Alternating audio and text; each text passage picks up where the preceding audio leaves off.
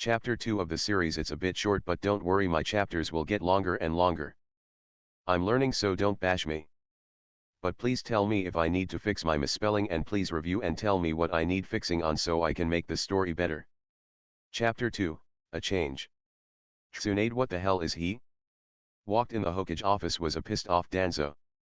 Where is who? The Kuwabai brat. He's not here, the trail was for today and he's gone.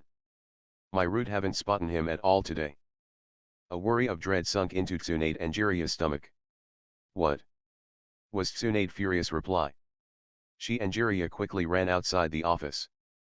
It only been a few minutes for the search and a Umbu appeared in front of Tsunade. Hokage-sama, some disturbing news had happened at Training Ground 7, please hurry and check this out. Tsunade looked over her shoulders to Danzo and Jiraiya, and the tree quickly went to Training Ground 7. XXXXXXXXXX. Reaching the training ground, Joinin and Umbus was at the side looking over the ground. On the ground was 5 dead root Umbu revealing they face. What the hell happened, asked Tsunade. One of the Umbu decided to speak up. Hokage-sama. We found these 5 dead Umbu here a few minutes ago. They don't have multiple battle wounds. My only suggestion is they killed themselves by the look on their face. Who could have done something like this, asked Tsunade. From the looks of it? It looks like Genjutsu, Jiraiya spoke up. Who Genjutsu is that strong? Wait, you don't think? Tsunade trail off. It must have been Itaka. He must have also kidnapped the kid, Danzo spoke up. Or the kid left and betrayed the village. Naruto would never leave the village, he was kidnapped, said Jiraiya. If you saying Naruto left the village, you saying he killed these people, stated Kakashi. Naruto would never do anything like that, it's just not him. He tried it on the Uchiha. Besides, tell me why every root agent I assigned to watch his is gone. He left the village, open your eyes. It could have been Itaka, like Jiraiya said. Besides, Naruto isn't that strong, even with the Kuwabai power it would have drawn attention, said Tsunade. Most of the Joinins and Umbu nodded their head with Tsunade's statement. Believe what you want to believe, I believe he's a traitor to the village. What's the odds he disappeared before his trail, unless he's partner up with Itaka? He should be put in the bingo book. Dead or alive. I'm not adding him to the bingo book, like it or not.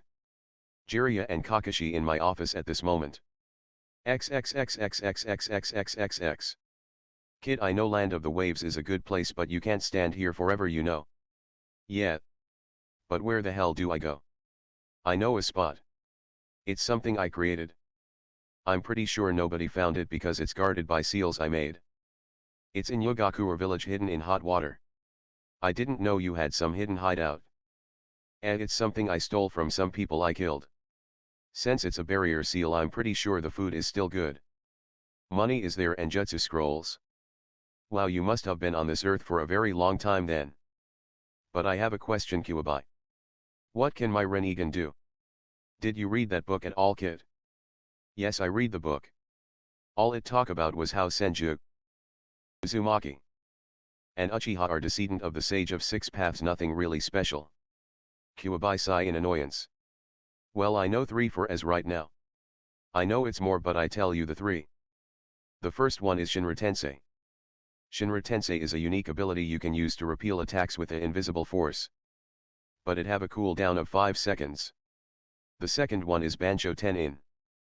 Bancho Tenin is another technique you use to pull your enemy towards you. It's like the opposite to Shinra Tensei, as you know. Interesting thought, Naruto. And the third ability? The Rinnegan have the power of life and death. You can bring dead people back to life. You can only bring 6 people back though, so use your choices wisely. Wait, what? Bringing back the dead is crazy. If I want to survive on my own, I should bring someone back to aid me, right, Kuwabai? Yeah, right. You and your team fought on the bridge. Who was those people again? Zabuza and Haku. They could be great picks. But how can I assure they loyalty to me? When you bring them back, I'm sure they will be thankful and follow you. I'm pretty sure you will probably have some type of control of them when you bring them back. I don't know, you will have to try wake me up when you do it. Well, if I want to be a leader of a group, I think it's time to ditch this disgusting orange jumpsuit.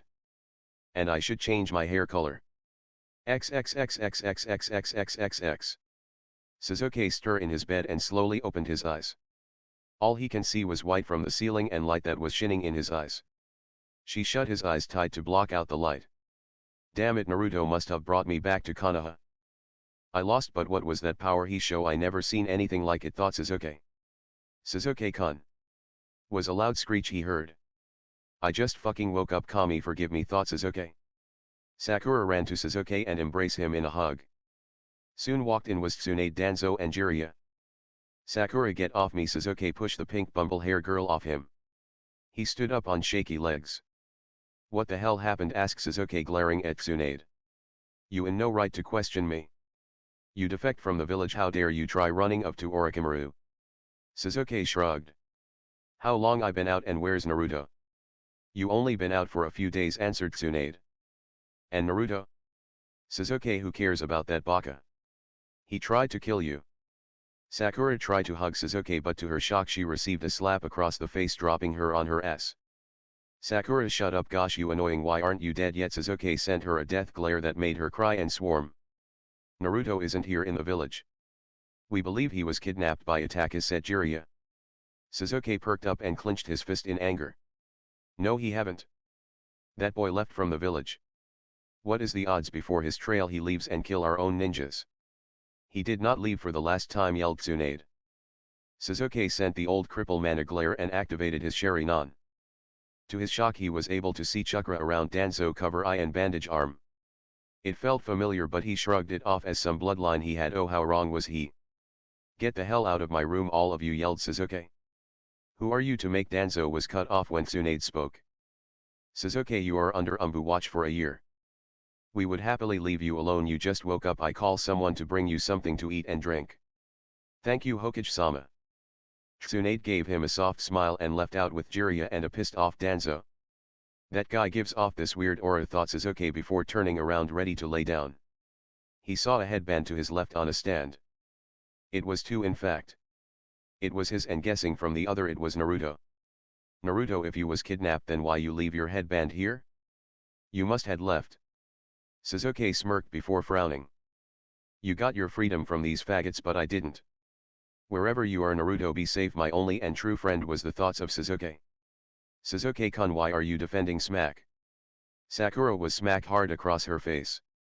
Sakura, shut the hell up. He's my friend and only friend. Geez, why are you so annoying?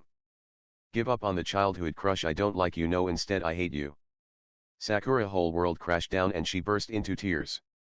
Sasuke, how could you? I love you. I would do anything for you, and this how you treat me. Sasuke, you was my heart. Sakura turned and ran out the door. Sasuke frowned a bit, he did went a little too far. For this day forward, Team 7 was no more. Sasuke got on the bed and laid back down. His door opened and thought it was Sakura, but it was a nurse with his food. Here you go, Uchiha-san, enjoy. XXXXXXXXXX. Naruto came out the clothing store in a brand new outfit. His outfit consists of a long-sleeved black tight shirt, black shinobi pants, a face mask that cover half of his face. To finish the outfit off, he wore a long black cloak over the outfit. Now Kyuubi, should I make all of my followers wear something similar like this? Of course, kid, don't make your group too big because your comrades can become your enemy, as we saw in Konoha. Naruto frowned before his face went blank. What should I do next? You said something about changing your hair color, go to a hair salon. Oh yeah, that's right. Naruto quickly went around the village until he stopped at the hair salon. Naruto walked in the hair salon and was greeted by a cute lady. Naruto sat in the chair while the lady put a sheet over his body. What can I do for you? A change of hair color is all. Do you know what color you want? Naruto put a finger under his chin and thought. Should I make it orange just like you, Kyuubi? Kyuubi let out a dark chuckle. Whatever you want. Make it orange. The lady nodded and quickly got to work. Naruto walked out the hair salon, a new look, a new person. Alright kid, now go bring back those people you fought back then. Yes, I remember where the grave is at. Naruto quickly made his way over to Haku and Zabuza grave. What do I do now? Let me handle this, kid. The Rinnegan began to glow deeper as Naruto's vision began to swirl. He held out both of his hands and chakra visibly poured through the ground into their bodies. The ground tore open as the two bodies floated from their graves covered in visible blue chakra. The glow around their bodies turned their figures pure white for a moment before they were placed on the ground. Naruto watched his handiwork as the wounds on the two began to heal and color returned once more to their faces. After a few moments their eyes slowly opened. You can only do that a few more times, so choose wisely, Kuwabai told Naruto. Zabuza looked around for a moment trying to find out where he was. Last thing he remembered was dying slowly on a bridge, and then, he looked to the graves right next to him and Haku. Haku looked at him for a moment with an equally shocked face. Zabuza-sama. Where are we? She questioned. He shrugged for a moment until he noticed a black-clothed figure standing over him. He looked at the figure for a moment trying to make out his face until he noticed the eyes, the silvery purple eyes with rings that glowed as bright as the moon itself. Zabuza stared at the figure in disbelief. The Rinnegan. Haku also stared at the mysterious figure as he leaned over to them, getting closer. Haku saw the whisker marks that covered his face and knew immediately who it was. Naruto-kun. Zabuza tensed at the name. You're the kid who defeated us on the bridge. You had the Rinnegan. Naruto broke the silence as the two uneasily sat up. Yes. You two both died over 2 years ago. I brought you back. The pair stared at Naruto in utter disbelief. Zabuza stood up and questioned him. Why would you bring us back? And for that matter, how? Naruto ignored his question as he gave them an ultimatum. You have two choices the way I see it. One, you can go on living the way you were before and die in some equally pointless way. Or you can join my cause. Haku stared at Zabuza for a minute trying to understand his thought process. What is your cause, Naruto-kun? She questioned curiously. The Jinchuriki smiled at the pair as he replied. To overthrow the cages and establish world domination. Zabuza could barely contain his joy as a smile washed over his face. I had the same dream when I was younger. The council of Kirigakure had grown corrupt. After my friend Kisame killed the daimyo of Kiri, I decided to leave as well. It would bring me no honor greater than to serve your cause, Naruto-sama, the former demon of the mystics claimed. He bowed to Naruto and Haku followed in turn. Naruto turned to Haku for her response. Her opinion matters as well, Zabuza. What say you, Haku-chan? The Ice Princess smiled at him and hugged him, much to his and Zabuza's surprise. I knew you were special from the day I met you. I will forever follow you, Naruto-sama. The two missing nin then stared at their leader, who was much different than they remembered. His hair is orange and he is much taller than he was before. He has a Rinnegan too. I can't even imagine how powerful that must make him. This must be some kind of divine miracle. Zabuza thought. Meanwhile, Haku's mind was heading in a different direction. He's beautiful. Like a lost prince come to save his kingdom. He'll need a princess though. After a few moments of mind wandering, Naruto broke the silence and explained the situation to them. I'm a fugitive of Konoha. Probably near the top 5 or so on Konoha's bingo book. So if you two could try and avoid using my name publicly, that would help. They nodded briefly before a frown crossed Haku's face. What should we call you? Naruto wondered that himself for a moment as he stared at the two. Finally, he came up with an answer. Call me Pain. The pair nodded as Naruto began to explain his current objective. I'm on my way to the ruins of Uzushiagakure to find the remnants of my clan. You two are covered in dirt and blood. So I suggest you clean up and find your gear. Do so quickly. Then you are to meet me at the northern end of the island after you're finished. They nodded as Naruto headed off through the town. Zabuza felt the invincible feelings inside him wane as Naruto got further away from him. Finally he turned to Haku and the two had smiles on their faces. Can you believe it? I finally found something worth doing in life. With him leading, this cause will be unstoppable. Zabuza cheered as if he had never been happier. Haku found his good mood refreshing and took the opportunity to ask him. Do you know about the Rinnegan? Zabuza-sama. The man nodded his head. Yes. I have heard of the Rinnegan. And what it is capable of? Haku raised an eyebrow at him and queried. What is it exactly? Zabuza laughed as he and Haku began to gather some of their old equipment from their graves. It's a jujutsu that belonged to the first ninja. And is said to be insanely powerful. Haku continued. Do go on. Zabuza chuckled as he picked up his sword and his mask. He handed Haku her hunter mask as well.